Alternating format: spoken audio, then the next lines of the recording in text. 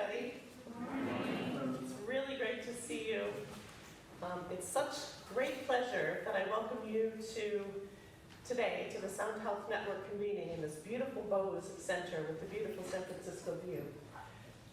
My name is Julene Johnson, and I'm the principal investigator and the co-director of the Sound Health Network, along with Dr. Charles Lin as co-director, and also Dr. Indra Viscontis and Dr. Sherry Robb, who's in the audience somewhere. There she is.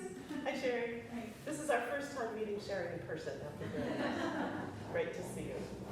First, I want to thank our sponsors, or our partners. The Sound Health Network is an initiative of the National Endowment for the Arts in partnership with UCSF, in collaboration with the NIH, the Kennedy Center for Performing Arts, and Renee Fleming. Our mission is to promote research and public awareness about the impact of music on health and wellness. And we're working to achieve this by bringing together scientists and networking with music therapists, musicians, clinicians, and a broad range of multidisciplinary stakeholders, and the general public, ultimately to advance the potential of music to improve all of our lives. The Sound Health Network was launched a year ago in January 2021. We were in the thick of the pandemic, but we worked with executive producer Jeff Tang to curate Sound Heals, a virtual preview of the work that was to come. Through the remarks and conversations between musical, clinical, and scientific leaders, our 60-minute virtual launch explored how music can provide insights into brain functioning, reduce social isolation, and promote community, solidarity, and also influence health.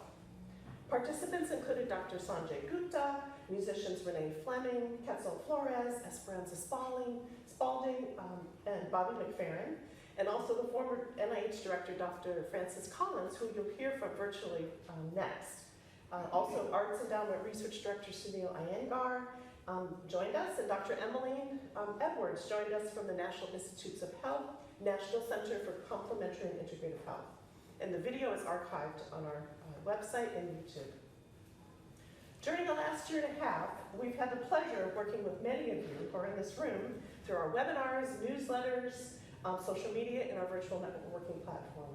We had conversations about music across the lifespan, such as early childhood development and developmental differences, and in later age with music for those living with dementia. The first year focused on grants that were funded by the National Institute of Health and the National Endowment for the Arts and their associated music professionals, and also is funded as part of the $20 million initiative from the Sound Health Initiative, from the National Institutes of Health. This past year, we engaged more closely with our music therapy colleagues and related scientists as we focused on the therapeutic potential of music. We formed a music therapist consulting group who helped focus our attention on the exciting research and clinical work of music therapists. And this consulting group included Dr. Deanna Hansen-Aubruit, Barb Else, Sam Rogers-Melnick, and Natalie Generally Kirk, who are all with us today. Thank you so much for your help during this past year. Before I turn it over to the video presentation from Dr. Collins, I want to thank our sponsors who are listed up here on the slide, including the National Endowment for the Arts, the Renee Fleming Foundation, the San Francisco Conservatory of Music, One Mind, UCSF, and the Berklee College of Music's Music and Health Institute. And the theme of this year's convening is music and mental health. And so now we'll turn it over to Dr. Collins.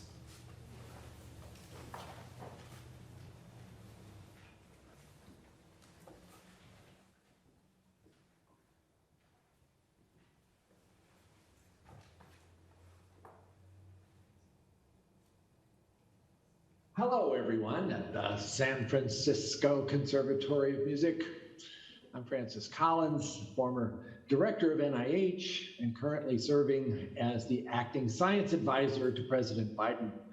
All of those mean that I'm a bit constrained in terms of being able to travel. So I'm really sorry not to be able to be with you there in person for what I know is going to be a very interesting and important conversation. I'm proud to have worked together with Renee Fleming and the Kennedy Center to put together the Sound Health Plan, and then to have the National Endowment for the Arts come alongside in a very productive way to put together the Sound Health Network in partnership with UCSF. And Today's conversation and workshop is a wonderful example of how together we can bring these ideas about music and neuroscience and human health all together in a good place. As a scientist, but a musician also, or at least a musician wannabe, I've been fascinated by the way that music can touch us in really powerful ways. And the topic of mental health is certainly one where this kind of intervention, especially if illuminated by what we're learning about how the brain works, can provide relief to so many people who are suffering from depression, from PTSD, from obsessive compulsive disorder, even for such things as autism and Alzheimer's.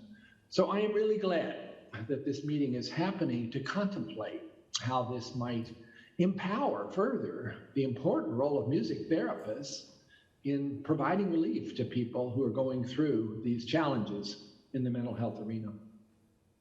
NIH is your partner.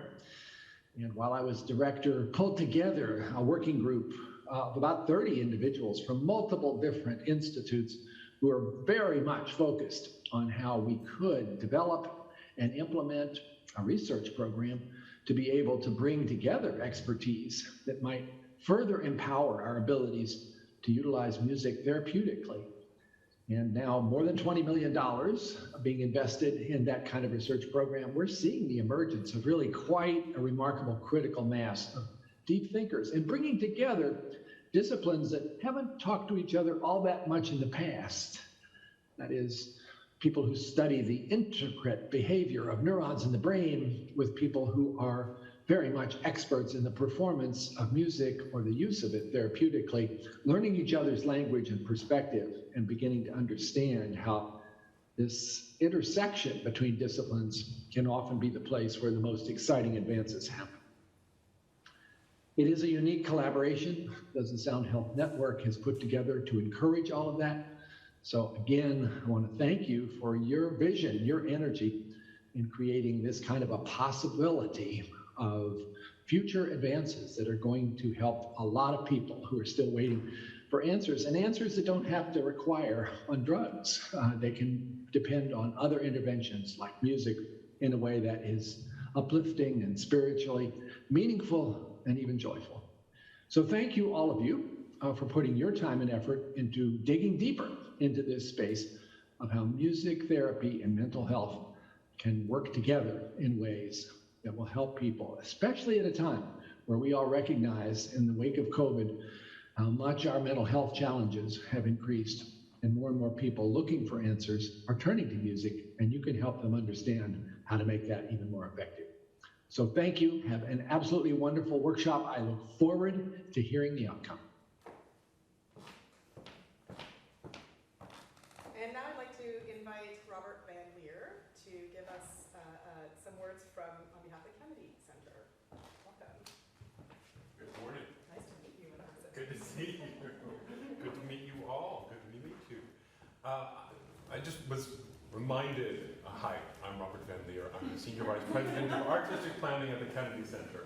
And on behalf of Deborah Rutter, our President, and David Rubenstein, our Chairman, and my colleague Sarah Kramer, who works on the coalface of the Sound Health Initiative, good to see you all and good to be in person, and thank you for the invitation. Glad to be here. When Deborah Rutter began in 2014, and then I joined the team in this new role, which hadn't existed previously in 2015, one of the things we were committed to was not only the world-class arts and education and being the Kennedy Memorial in our nation's capital, but also really continuing the work around what is the role of the arts in our broader society, and what's the role of the arts in a healthy society. So we began to really think about how we could do that. In 2015, Renee Fleming joined us, along with some others, as an artistic advisor at large. And music and health was a particular passion for her. I mean, I don't want to take too much time, but anecdotally, it's quite interesting of those of you who are program directors, sometimes you realize you need certain kind of situations to be in place for success.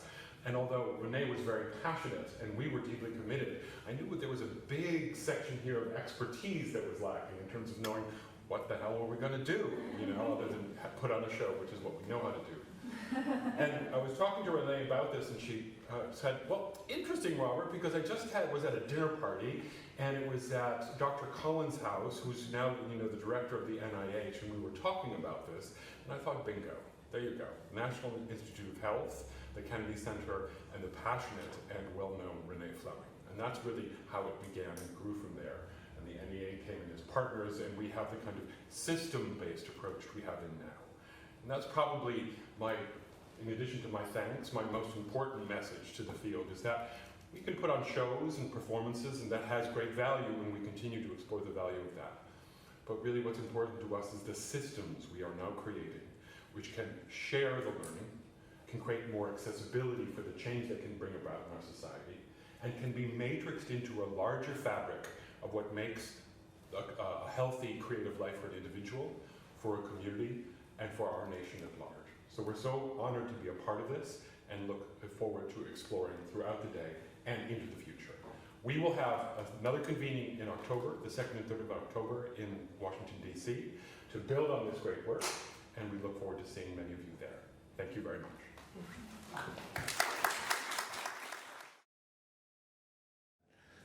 Now, I think we've got the video welcome from Renee Fleming, and again, she's in Vienna. She's filming an IMAX documentary, and so she apologized that she couldn't be here in person, but she sent this to us literally this morning. Thank you.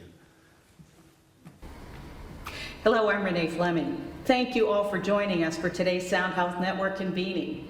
After years of dedicated research and advocacy led by many of you here in this room, the field of arts and health is at a pivotal moment, connecting siloed disciplines at the same time that public awareness is growing.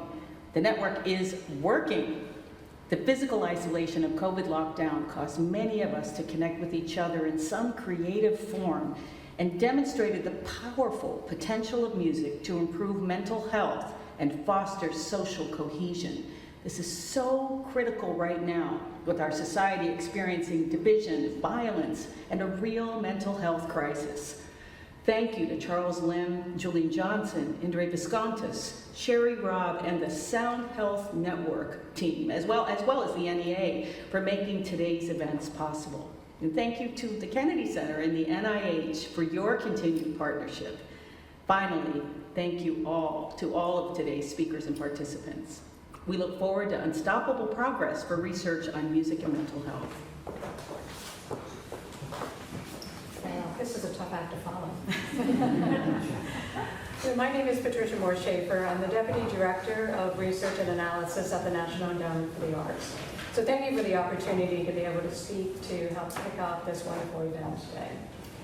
The Sound Health Network that you've been hearing about today is a partnership between the National Endowment for the Arts and UCSF in collaboration with the National Institutes of Health and the Kennedy Center, including Renee Fleming. As you've heard, the idea of the network came out of the overarching Sound Health Initiative, itself a partnership between the Kennedy Center and NIH. And the National Endowment for the Arts was somewhat of a latecomer to this game, but we came in about 6 months after Sound Health had been established. And of course, we saw the potential. And I want to acknowledge that system-based thinking was exactly what we wanted to bring to this initiative, which is why we established this as a network. So let me rephrase that. We wanted to envision the Sound Health Network as a national resource to build capacity for research in this area, and particularly looking at music, neuroscience, and health. But we also wanted to frame the network as an opportunity to convene musicians, music therapists, researchers, and health practitioners, and help provide the tools for collaboration. And we wanted to advance public knowledge about research that touches all of these disciplines. And that is being accomplished right now through an online clearinghouse through the Sound Health Network. So I want to say on behalf of our director of the NEA's Research and Analysis Office, Sunyoy Engar, who dearly wishes he was here today, as well as Ann Meyer-Baker, the director of music and opera at the NEA, that we couldn't imagine a team better suited to undertake this work. So I want to acknowledge Julene, Charles, Sherry, and Indre, who have just been a stellar leadership team. But they're supported by some incredible staff too, like Stephanie Purnell and Karen Barrett. We also want to thank the San Francisco Conservatory of Music for hosting this beautiful event, And I understand at some point today, we're going to see the Golden Gate Bridge, so that's something we can all watch for. So the focus on music and mental well-being is no accident. So well before the pandemic, we were aware as researchers, practitioners, as well as policymakers about the scientific evidence about music as a road of promise for testing and developing programs and interventions that can benefit mental well-being.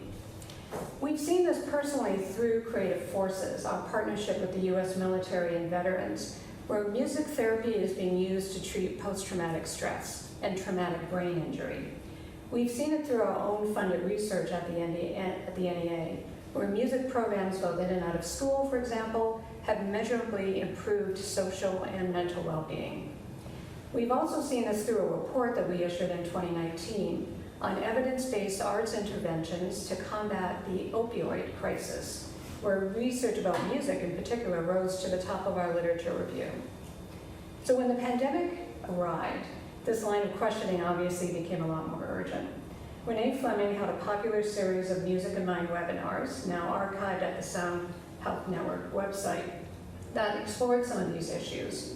Music and mental health will again be the focus of public events coming up at the Kennedy Center this fall, as has already been mentioned. So in closing, I want to acknowledge that in today's meeting, you are joined by researchers that are also part of the NEA Research Labs program. And I want to acknowledge those researchers in the room. They've been very much at the forefront of a lot of this research, and we're pleased that we can support them through our labs program. We also have been supporting this work through our research grants program. So the objective also of this meeting is in line with the interest of our chairperson, Dr. Maria Rosario Jackson, who wants to show how the arts, including music, are vital in and of themselves, but also integral to supporting the growth of community. So I look forward to today's events, and I thank you for the opportunity to offer opening remarks.